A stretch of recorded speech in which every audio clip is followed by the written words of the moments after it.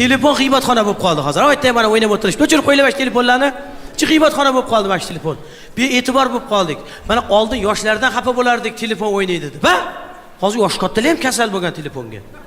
Erkaklar ayniqsa xafa bo'lmaylar-yu, bir kunda telefoniga 100 marta qaraydi, xotiniga bir marta qaramaydi. Er bu yoqda Instagram o'ynab yotibdi, xotin bu yoqda Telegram o'ynab yotibdi. Ha, bola nima bo'ladi? Sharoitdan tashlab yuboradi.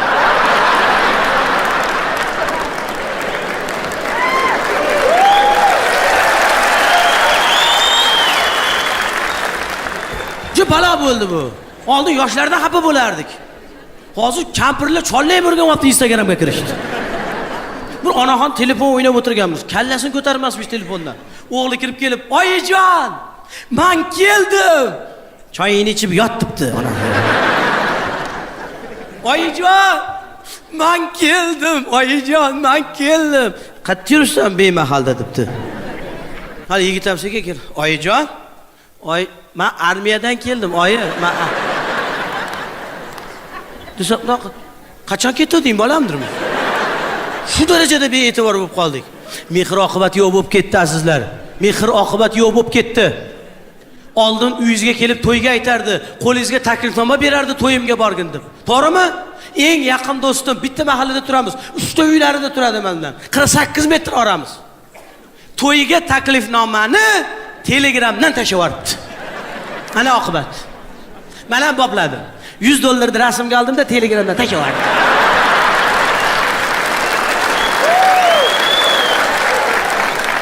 Ko'rgan olinglar, zo'r ekan. Sizlarga ham shunaqa qilishyaptimi?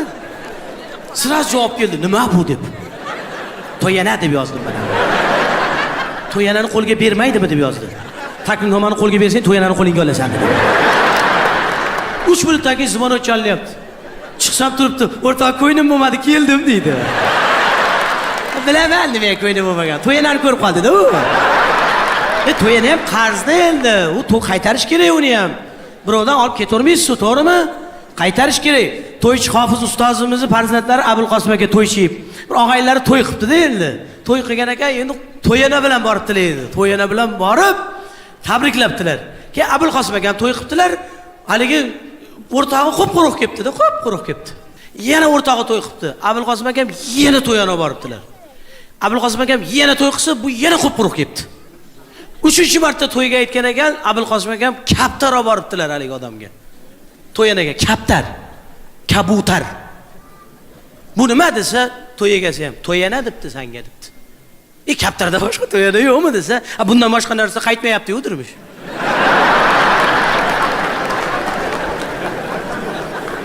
Kaptar 3 kun qaytib keladi-yu.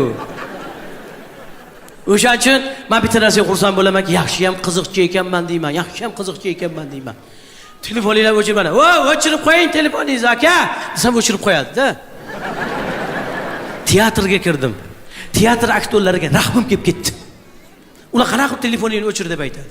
U ssenariydan chiqib keta olmaydi-yu. Tasavvur qiling, Otello rolini o'ynayapti, masalan. Qoramanmi men? Qoramanmi? Desdemona.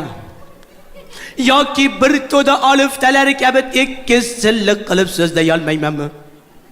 Balki mening yoshim o'tib qolgandir, lekin unchalik ham qarib qolganim yo'q-ku. O'chiray telefoningni. Deyamidi deb bechara. To'g'rimi? O'sha teatr aktyorlariga rahmim kelib ketdi.